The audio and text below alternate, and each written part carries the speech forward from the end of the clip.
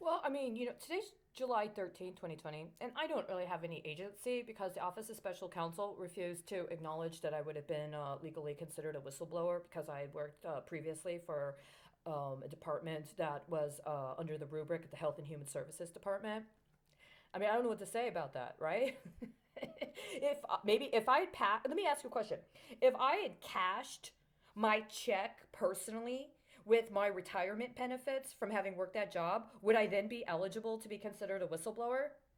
Or by virtue of the fact that my retirement benefits got stolen and nobody even told me that I had them, and I was on record, if you did an actual check, with having reported that my identity had been stolen and used by others, does that not make me eligible for whistleblower status?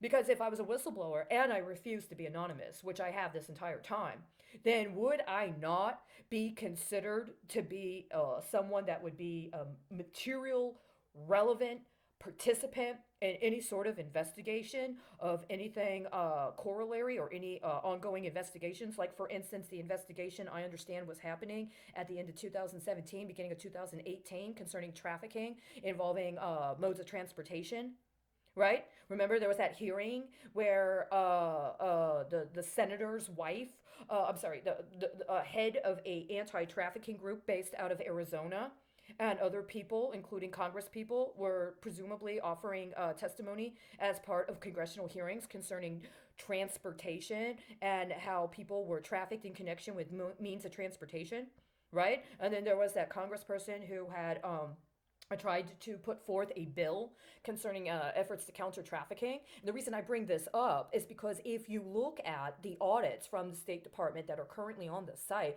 then what you notice is that at a very strategic time, the State Department stopped reporting on its compliance with various anti trafficking laws.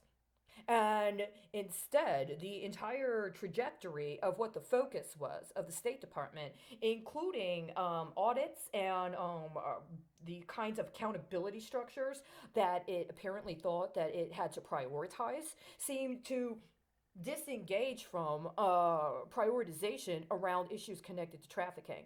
And if you take that in the context of the other things that were allowed to be represented and are currently allowed to be represented as the operational priorities of the Department of State, then it would appear that what was happening was that those audits concerning counter trafficking were actually being used as part of some opposing index program in consideration of other things that were allowed to be put into the audits. And that implies that there's potentially some sort of misrepresentation or bad faith engagement in the auditing process itself. And if that's the case, and we have that happening at the level of the State Department, and then we now have an audit that was released within the last year, but was also released, by the way, during a time when the Supreme Court was in session and was evaluating its own case law or caseload, and was also in a course of doing very distinct kinds of cases, by the way. Then we're now in a situation where how many months later? November, December, 9 months later. 9 months later. Now it's actually 12. It's what? It's a little over almost 2 weeks after 9 months later. So 9 months after that report is released, it just so happens that you guys did not issue your announcement about the Agency for International Development until what? Until 4 days short of what would be 9 months. So what were you doing? Were you hedging? Were you guys playing with the State Department?